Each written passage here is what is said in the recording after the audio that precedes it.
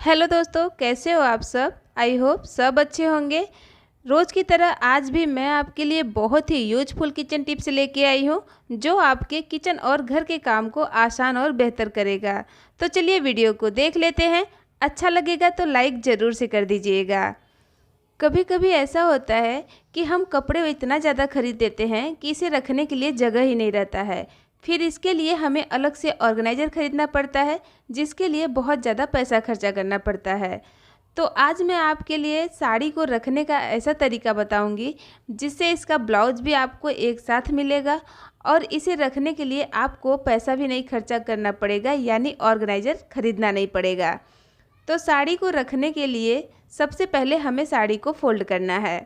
तो उसके लिए हम साड़ी को इस तरीके से फ़ोल्ड करेंगे। ये देखिए, एक साइड से हमने ऐसे फ़ोल्ड किया है और दूसरे साइड को उठाकर उसके ऊपर रख दिया है। मतलब साड़ी को हमें थोड़ा सा पतला में फ़ोल्ड करना है इस तरीके से। उसके बाद अब हम लेंगे ब्लाउज। तो अगर आपके ब्लाउज में इस तरीके से डोरी लगा है तो उसे खोल दें और ब्लाउज को साड़ी के बीच में से ऐसे अंदर की साइड से रखना है और उसके बटन के साइड को ऊपर कर लेना है और जो डोरी है उसे आस्तीन में अंदर की साइड डाल देना है ताकि वो इधर उधर फंसे नहीं। अब हम साड़ी के ब्लाउज को इस तरीके से बीच में रखेंगे। ये देखिए, मतलब हमें एकदम सेंटर में ही रखना है ब्लाउज को। तो आप इस तरीके से एक बार नाप लें। अब ब्लाउज़ के हुक को हम लगा देंगे। तो ऊपर और नीचे दोनों हुक को लगाएं, बाकी के हुक को छोड़ दें खुला ही। अब ब्लाउज़ के आस्तीन को हम इस तरीके से साड़ी के ऊपर फोल्ड करेंगे। अच्छे से फोल्ड करेंगे ताकि इसमें कोई शिकन नहीं आए। तो यहाँ पर हमने इसको फोल्ड कर लिया है। अब साड़ी के ऊपर वाले हिस्से को इस तरीके से हम फोल्ड करेंगे और वापस से एक बार और इस तरीके से फोल्ड कर लेंगे।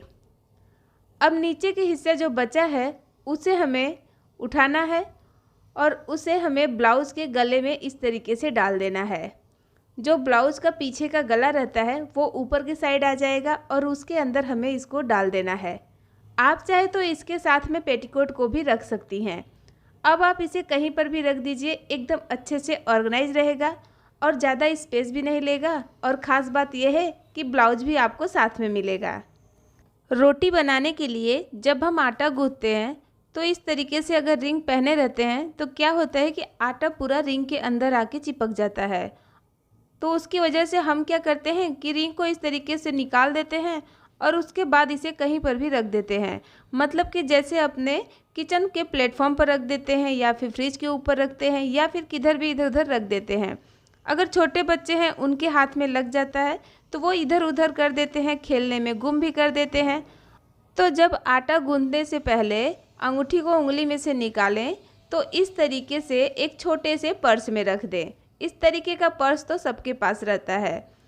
अब हमें लेना है डबल साइड टेप। अब टेप को हम थोड़ा सा कट कर लेंगे। उसके बाद पर्स के एक साइड में हम टेप को चिपका देंगे इस तरीके से। अब चिपकाने के बाद हम चलते हैं किचन में। अब टेप के ऊपर का जो कागज़ रहता है उसे निकाल देंगे।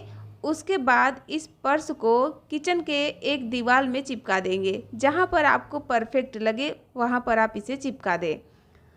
अब इससे आपको अंगूठी रखने का एक फिक्स जगह भी मिल जाएगा, क्योंकि कभी कभी ऐसा होता है कि हम जल्दी जल्दी में अंगूठी को निकाल कर इधर उधर रख देते हैं। उसके बाद हम ढूंढने लगते हैं कि किधर रखा, याद ही नहीं रहता है और ये बच्चों के हाथ में या किसी और के हाथ में नहीं लगेगा। तो आप इस तरीके से अंगूठी को रख सकती हैं। चलिए देख लेते हैं नेक्स्ट टिप क्या है। चूड़ी और कंगन पहनना हर लेडीज़ को पसंद रहता है और हम इतनी सारी चूड़ियाँ कंगन खरीद लेते हैं कि कभी कभी इन्हें रखने के लिए बॉक्स भी कम पड़ता है। तो आपके साथ भी कुछ ऐसा होता है तो आप ये वाला टिप ज़रूर ट्राई करें। तो चूड़ी को रखने के लिए हमें लेना है रोटी सेकने का चिमटा। तो जो चिमटे से आप रोटी सेकती हैं, यूज करती हैं, वो चिमटा नहीं लें। जब चिमटा ख़राब हो जाता है, लूज हो जाता है, तो हम इसे हटाकर दूसरा ख़रीद लेते हैं नया। तो इसे बेकार समझकर हम फेंक देते हैं या फिर घर के किसी कोने में ये पड़ा रहता है। तो आप उस चिमटे का यूज करें। अब चिमटे के अंदर हम चूड़ी और कंगन को डाल देंगे। तो यहाँ पर मैं इतनी चूड़ी और कंगन डाल रही हूँ। आप चाहे तो दोनों साइड में भी डाल सकती हैं चूड़ी और कंगन को, और इसमें कम से कम 3 से 4 दर्जन चूड़ी आराम से आ जाएगा। अब चूड़ी चिमटे में से निकले नहीं, उसके लिए हमें इसके आगे के हिस्से को बंद करना है। तो उसके लिए दोनों साइड को हमें एक साथ कर लेना है और रबड़ बैंड लगा देना है। इससे चूड़ी आगे से निकलेगा नहीं जब तक कि आप इसे निकालेंगी नहीं। वीडियो ज़रा सा भी पसंद आएगा तो लाइक ज़रूर कर दीजिएगा और फैमिली और दोस्तों के साथ ज़्यादा से ज़्यादा शेयर करिएगा। तो यहाँ पर मैंने रबर बैंड लगा दिया है और ये देखिए बहुत ही अच्छे से चूड़ी और कंगन ऑर्गेनाइज हो गया है। तो आप एक बार ट्राई करके देखिएगा, आपको पसंद आएगा।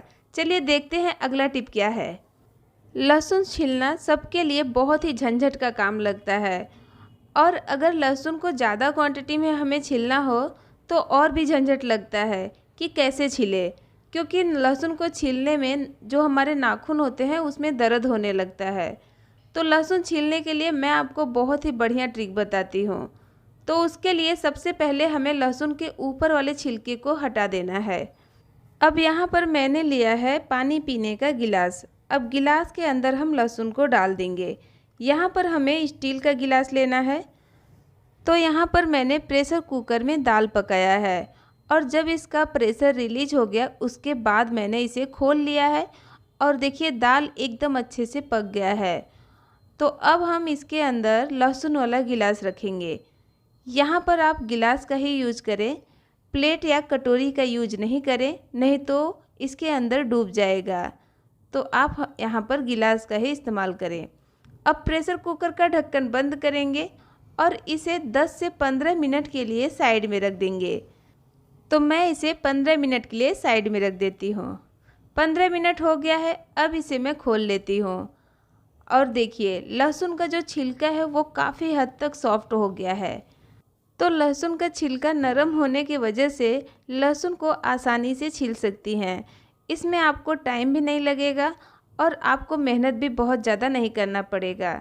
तो मैं आपको लहसुन को छील कर दिखाती हूँ। यकीन मानिए फ्रेंड, बहुत ही यूजफुल टिप है, आप ट्राई करके देख सकती हैं।